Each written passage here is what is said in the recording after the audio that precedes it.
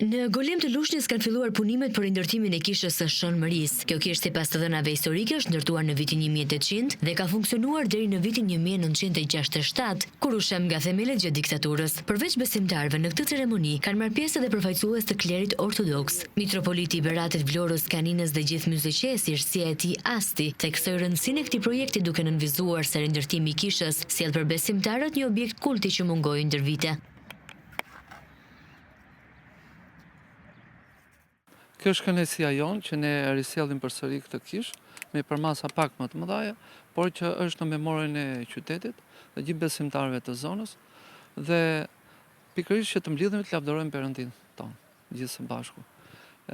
Falenderojmë zonjën kryetare që ka bërë të mundur dhënien e leve bashkë me stafin e vet dhe i gëzojmë kësaj dite dhe që të vazhdojmë ta kryejmë dhe ta përfundojmë këtë vepër. Kisha e Shënmërisë në Golem është ndërtimi i stilit modern, por që ka ruajtur dhe vlerat autentike të dikurshme. Prifti i kishës Ati Josifi falenderon hirësinë e tij, si dhe autoritetet vendore dhe kontribuesit që mundësuan rindërtimin e kësaj kishe mbi 200 vjeçare.